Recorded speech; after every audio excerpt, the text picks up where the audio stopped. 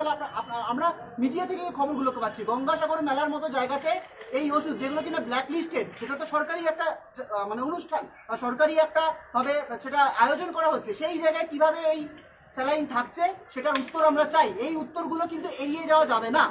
তৃতীয় কথা, এই যে বলা হচ্ছে যে এই ওষুধগুলো আজকে থেকে সরবরাহ বন্ধ করা হলো, এবং তাহলে তার রিপ্লেসমেন্ট কি বলা হচ্ছে যে প্রত্যেকটা হাসপাতাল লোকাল ভাবে স্থানীয়ভাবে যাতে নন ক্যাট পারচেজ করে সেগুলোর সাপ্লাই মেটায়। আমরা খুব ভালো করে, আমরা যারা ডাক্তারি করি আমরা প্রত্যেকে জানি যে যখন কোনো ওষুধ থেকে শুরু করে যন্ত্রপাতি প্রয়োজন হয় সেটা সাপ্লাই পাওয়ার জন্য যদি আমাদের পারচেজ করতে হয় তার জন্য কতটা সময় লাগে, তার জন্য ডিমান্ড দিতে হয়, তার জন্য সাপ্লাই আসে। তো ফলতক গোটাটা আপনাদের মিডিয়া থেকে আপনারা দেখতে পাবেন যে প্রত্যেকটা হাসপাতালের বাইরে এই যে ওখানে অনেক ওষুধ আছে, বুপিভাকেন হেভি বলে একটা ওষুধ আছে, স্পাইনাল অ্যানাস্থেসিয়া আপনারা জানেন, সেই অ্যানাস্থেসিয়ার মানে অন্যতম প্রধান ড্রাগ যে ড্রাগটা দিয়ে দেওয়া হয় সেটা নাকি ব্যবহার করা যাবে না।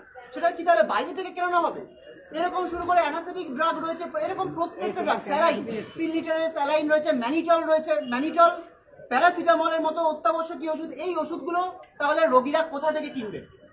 এই রাজ্যে তো সবকিছু ফ্রিতে পাওয়া যায়, স্বাস্থ্য ব্যবস্থা সবকিছু ফ্রিতে পাওয়া যায়, তাহলে এরকম চিত্র আমাদের কেন দেখতে হবে যে রোগীর পরিজনরা বাইরে লাইন দিয়ে রয়েছেন, এই জিনিসগুলো বাইরে থেকে তাদের কিনতে হচ্ছে। এরপর আসা যাক এর পরের প্রশ্নে, যে এই যে স্বাস্থ্য সচিব যখন বললেন যে জুনিয়র ডাক্তার বা ডাক্তারিদের কোনো গাফিলতির মধ্যে আছে কিনা সেটা খতিয়ে দেওয়া হবে, দেখা হবে, সিনিয়র চিকিৎসকরা নাকি সেখানে উপস্থিত ছিলেন না, সেই কারণে নাকি এই ঘটনা ঘটতে পারে এরকম একটা সম্ভাবনার কথা, সেই ব্যাপারে তারা তদন্ত করবেন এরকম একটা ঘটনা বলছেন। তদন্ত অবশ্যই করা দরকার। একটা নোটিশ আমরা দেখলাম মিদনাপুর মেডিকেল কলেজে, যে সেখানে বলা হচ্ছে যে কোনো পিজিটি পোস্ট গ্রাজুয়েট ট্রেনিং অর্থাৎ জুনিয়র ডাক্তার তারা নিজেরা কোনো রকম ওটি এবং অ্যানাস্থেসিয়া তারা করতে পারবে না, করতে হবে এমডি এমএস যাদের ডিগ্রি হয়ে গিয়েছে এই রকম চিকিৎসক, মানে এসআর আরএমও বা সিনিয়র চিকিৎসকেরা। আমাদের প্রশ্ন হলো, অবশ্যই এটা নিয়ম যে প্রত্যেক যে ট্রেনি ডাক্তার রয়েছে, পড়ুয়া চিকিৎসক রয়েছে, তাদের সিনিয়র চিকিৎসকদের উপস্থিতিতে তারা চিকিৎসা করবেন, তারা অপারেশন করবেন, এটা নিয়ম। কিন্তু আমাদের এনএমসির গাইডলাইনে একদম স্পষ্ট লেখা আছে যে ইন্ডিপেন্ডেন্ট ভাবে, আপনারা চাইলে আমরা সেই ক্লজগুলো আপনাদের দিয়ে দেব, আমাদের লগবুক পূরণ করতে হয় যে ইন্ডিপেন্ডেন্টলি একজন চিকিৎসক এমডিএমএস যারা ট্রেনিং করছেন তারা ইন্ডিপেন্ডেন্টলি কতগুলো চিকিৎসা করতে পারছেন, কতগুলো ওটি করতে পারছেন, কতগুলো অ্যানাস্থেসিয়া দিতে পারছেন, এইটা আমাদের শিক্ষার পার্ট।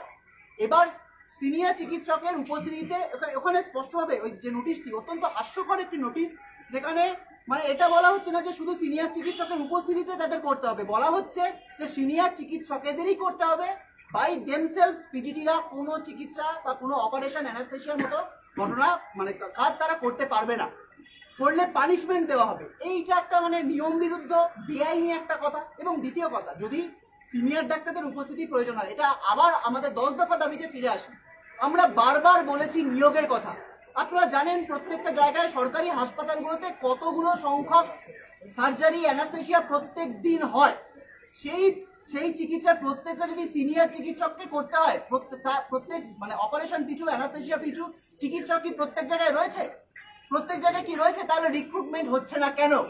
কেন নিয়োগ হচ্ছে না? আমরা বারবার বলেছি স্বাস্থ্যকর্মী, doctor, nurse, technologist, group D সবাইকে নিয়োগ প্রয়োজন। এই নিয়োগগুলো না করে এই ধরনের ভাষা একটা নোটিশ জারি করে, হাস্যকর নোটিশ জারি করে আসলে উল্টো দিকে অন্যদিকে জনগণের চোখকে ঘুরিয়ে দেওয়া হচ্ছে।